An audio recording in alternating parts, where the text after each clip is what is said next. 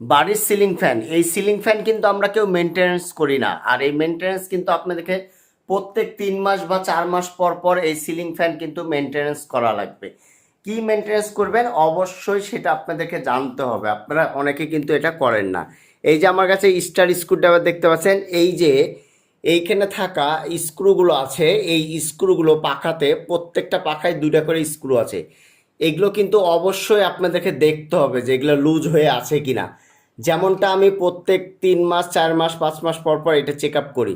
অনেক সময় হয় না যে সিলিং ফ্যান চলতে চলতে খুলে পড়ে যায়, আপনারা প্রায় সময় মানুষের মুখে শুনেন বা ভিডিও দেখেন।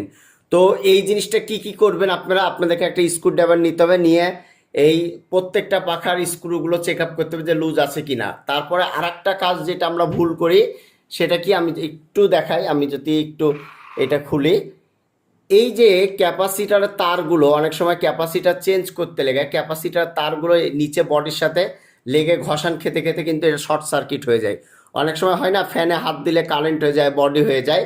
এই ক্যাপাসিটার লাগানোর সময় এই তারগুলো অবশ্যই এরকম করে টেপ করবেন বা পাইপিং করে নেবেন। আর একটা হলো আপনাদের ফ্যানের এই যে এইখানে নাট বোল্ট যেটা আছে, এই যে নাট বোল্ট, আমরা নাট বোল্টটা ভালো মতন টাইট দেওয়ার পরে এই যে এখানে থাকা যে লকটা আছে, আমি একটু ভালো করে দেখা একটু কাছ থেকে আপনাদেরকে, এই লকটা কিন্তু আমরা ব্যবহার করি না। যে এই পিনটা ব্যবহার করবেন কেন? আপনি এই পিনটা ব্যবহার করবেন এই জন্যে, যদি বাই চান্স এইটা নাটটা লুজ হয়ে যায় তাও আপনি কিন্তু এই পিনের জন্য এটা খুলে আসবে না, আপনার এটা কিন্তু মজবুত থাকবে। এটা কিন্তু আমরা অনেকেই করি না কিন্তু। হ্যাঁ, নতুন ফ্যান লাগানোর সময় বা কোনো সময় যদি ফ্যানটা খুলে ফেললাম, খোলার পরে 100% টেকনিশিয়ানের ভিতর 90% টেকনিশিয়ানই পরবর্তীতে এটা লাগায় না, গ্যারাজ্যই দেয় না। এই জিনিসটা কিন্তু কখনো করা যাবে না। আপনার বাসায় যদি কোনো টেকনিশিয়ান ফ্যান লাগাতে চায় তাকে অবশ্যই বলবেন এই পিনটা লাগাবেন। তো আপনারা কি করবেন, এইটা চেক আপ করবেন প্রত্যেক 3-4 মাস পর পর।